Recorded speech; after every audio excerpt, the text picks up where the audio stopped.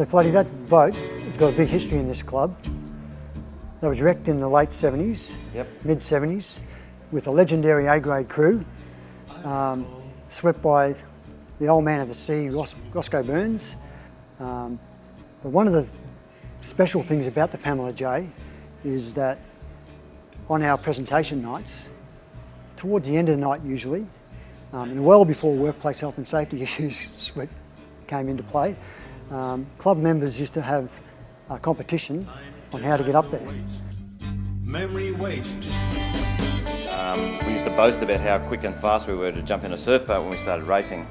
So we tried to reenact that, but because it was mounted so high on the wall, we had to come up with a formula. So you had to run and try and spring load yourself from the chair, from the table, up into the boat. Boy in bigger pants, like everyone. Oh, we used to mess around. We used to have great times, you know. Well, the 80s started as a rejuvenation of what was from before. Membership was starting to grow, mainly through a group of young fellas came up from Pine Rivers. I joined the club in 1977. At that time I was 15 years old and going to a school in Brisbane, and we used to go to parties on Friday nights. We started drinking, and next thing you know, someone had a car, and we jumped in a car and drove, and then went up the Sunshine Coast, and we fell asleep on a beach. And the next thing I remember is on a Saturday morning getting woken up by this huge lifesaver and telling us to get off the beach. But he also said, if you want somewhere to sleep, why don't you come and sleep in the surf club? It was like a light bulb moment, so we thought, let's do it. So like en masse, rolled on over here to the new surf club. Out of stupidity, we said, oh, we'll join, and we all signed up and joined that day. And so over we came. We're a little bit naive. We didn't realise that there was a payment for us actually getting a nice warm bed and safety, and that was we had to get qualified as lifesavers and patrol the beach.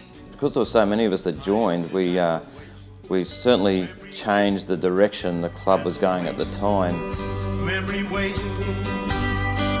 La la la. Well, the club was moving forward ever since the fire. You know, we kept on moving forward.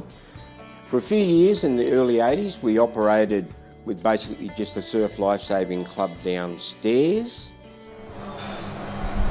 So we've just come out of the supporters club there, and now we're walking in. This is the surf lifesaving club. Round here. In there's the bunk rooms. It was that hot in the clubhouse downstairs, the boys used to sleep on the roof sometimes. The roof on the surf club, before we built the supporters club, was a concrete slab, and it used to just heat up during the day. And come home late at night, and we would drag the mattresses from downstairs up onto this slab on the second story. so this section here, this is where the lads used to sleep, up here, to get out of the heat of the downstairs bunk room. Most of the time we'd wake up early in the morning with one of the old boys with a fire hose aimed clearly at you. So it's a lovely way to wake up on a Saturday or Sunday morning. This is where I'd bring the fire hose up. And just fire hose the entire roof till we all come down to help set up patrol. They soon got out of bed and were all down on the beach doing the 6 o'clock surf race. And nobody got upset. That was all part and parcel of the fun of it. Yeah. Some of the girls didn't like it, but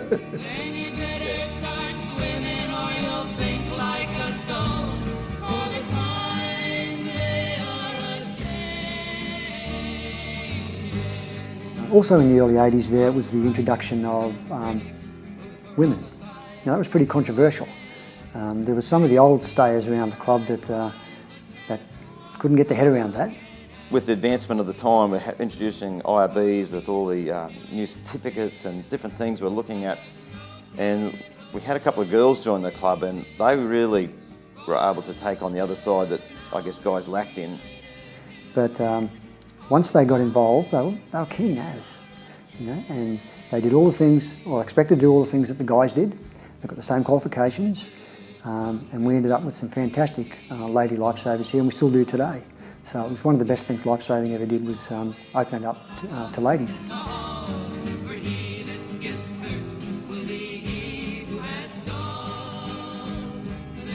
I got a few of the girls together and we decided to build the girls' dorms. Well, this has changed. I tell you, life saving's changed that much. This used to be the boys' bunk room. So the boys had to move into the smaller one because we had more females in the club than boys. So the girls took over this bunk room here. Made the paper as one of the first clubs to bring girls' dorms into the surf club. And don't criticize if you can't understand. So anyway, the renovation began. With the advent of the building of what was later to be called the Supporters Club, it was another huge shot in the arm. It was a thing that if we don't do this, the club probably fold. We thought we've got to try and get a steady income into the club. Expecting people to patrol the beach and go around and knock on doors and beg for money, you know. It's just, we've got to do something here. Just prior to the opening of the Supporters Club, we used to have a bar downstairs, which we turned into a gymnasium. Before we converted this into a gym, there used to be a brick wall along here, which was the front of the bar. So this section here was like a common room for people to come in and off the beach, and it wasn't draft beer, we just had stubbies and that sort of thing here. But now it's converted into a gym, and that's just how professional life saving has gone. Which I reckon was a big start for a surf club to take a bar away and build a gym. Run, river, carry me to my home in the ocean. So what I've got here is an invitation to our annual dinner and presentation night, and up until 1982 we'd have to always have our dinner and presentation night at another function area. In 1983 we were very proud to have our first annual dinner in our own function rooms here at the Surf Club, so that was a great night.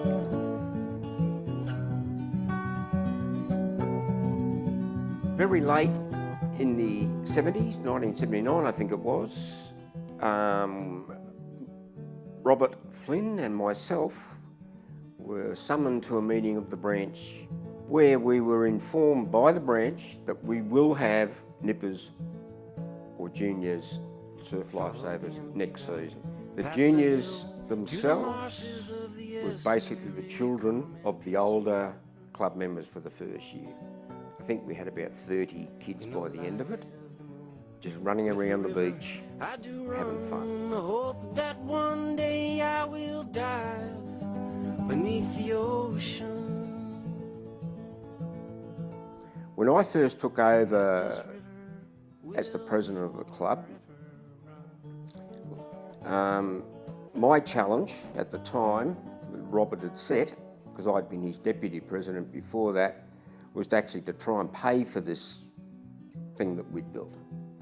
So we set about doing that by keeping up with the fundraising we used to do. In the 1980s, we never had the Supporters Club sending money down to the Surf Club. We were actually the other way around. Surf Club was supporting the Supporters Club.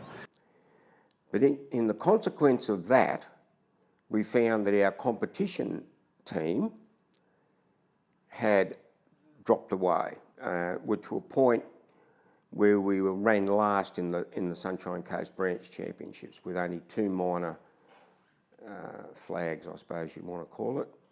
So it's very expensive. Training people, IRBs back in the day there were expensive. We had motors, we had breakdowns, rescue boards were expensive. But the biggest thing was that because these items were so expensive, and we were a fairly small club back then, was fundraising. And we were so fortunate back then that the club recognised that, and we looked at how we could advance that. We even came up with a marketing, gave someone the title of marketing manager, and we looked for sponsors. So we had to go out and find a lot of sponsors to maintain what we need to do in the way of our competitors and what our competitors required to be in the competitive field of lifesaving. We were lucky enough to get really good sponsorship, and we got sponsorship from a company in Brisbane called Albion Car Centre.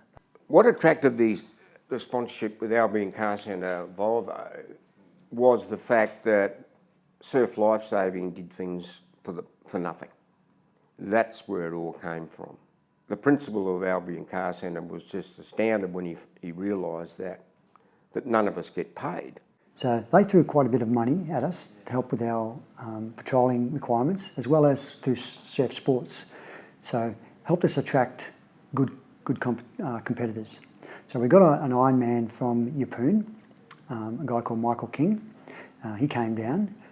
That was great for the young guys and the young people of the club coming up to see where you could go with your competition. I still remember being a young member of the club back in 1982, and as I said, we just had the one crew, and the crew going to the Australian titles, and they just decided they'd start weighing surf boats to see that they met a criteria.